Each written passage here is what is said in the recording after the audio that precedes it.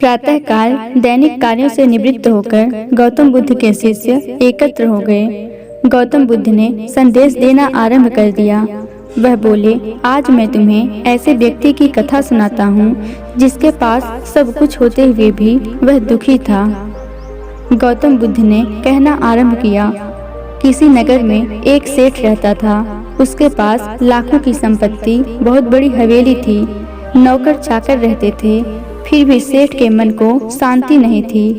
एक दिन किसी ने उसे बताया कि यहाँ पास ही के नगर में एक साधु रहता है। वह लोगों को ऐसी सिद्धि प्रदान करा देता है कि उससे मन चाहे वस्तु मिल जाती है। सेठ उस साधु के पास गया और उसे प्रणाम करके निवेदन किया, महाराज, मेरे पास धन की कमी नहीं है, पर फिर भी मेरा मन बहुत अशांत रहता है। आप कुछ ऐसा उपाय बता दीजिए कि मेरी अशांति दूर हो जाए। सेठ ने सोचा कि साधु बाबा उसे कोई ताबीज दे देंगे या और कुछ कर देंगे जिससे उसकी इच्छा पूरी हो जाएगी और उसका मन हमेशा के लिए शांत हो जाएगा। लेकिन साधु ने ऐसा कुछ भी नहीं किया, बल्कि अगले दिन उसने सेठ को धूप में बुलाकर बैठाए रखा और स्वयं छाया में जाकर चैन से बैठा रहा। गर्मी के दिन थे, सेठ का बुरा हाल हो गया।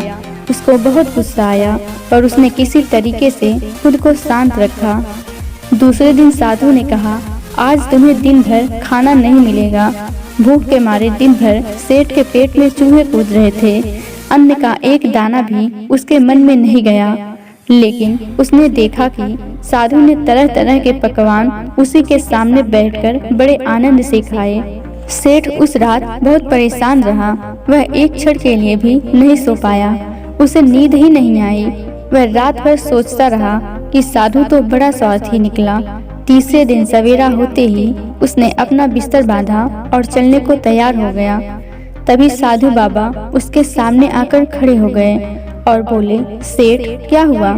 सेठ ने कहा, मैं यहाँ बड़ी आशा लेकर आपके पास आया था, लेकिन मुझे यहाँ ऐसा कुछ भी नहीं मिला। उल्टा मुझे यहाँ ऐसी मुसीबतें उठानी पड़ी जो मैंने अपने जीवन में कभी नहीं उठाई, इसलिए मैं जा रहा हूँ। साधु हंसकर बोला, मैंने तुम्हें इतना कुछ दिया पर तुमने कुछ भी नहीं लिया।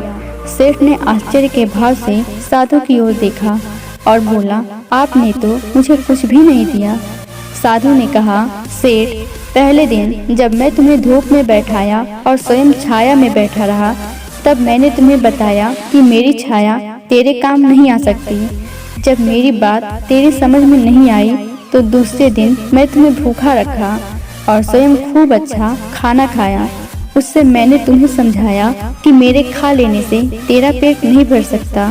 सेठ, याद रख, मेरी साधना से तुझे सिद्धि नहीं मिलेगी। तूने अपना धन अपनी मेहनत से कमाया है और शांति भी तुझे अपने पुरुषार्थ, साधना और अपनी मेहनत से ही मिलेगी। सेठ की आंखें खुल गईं।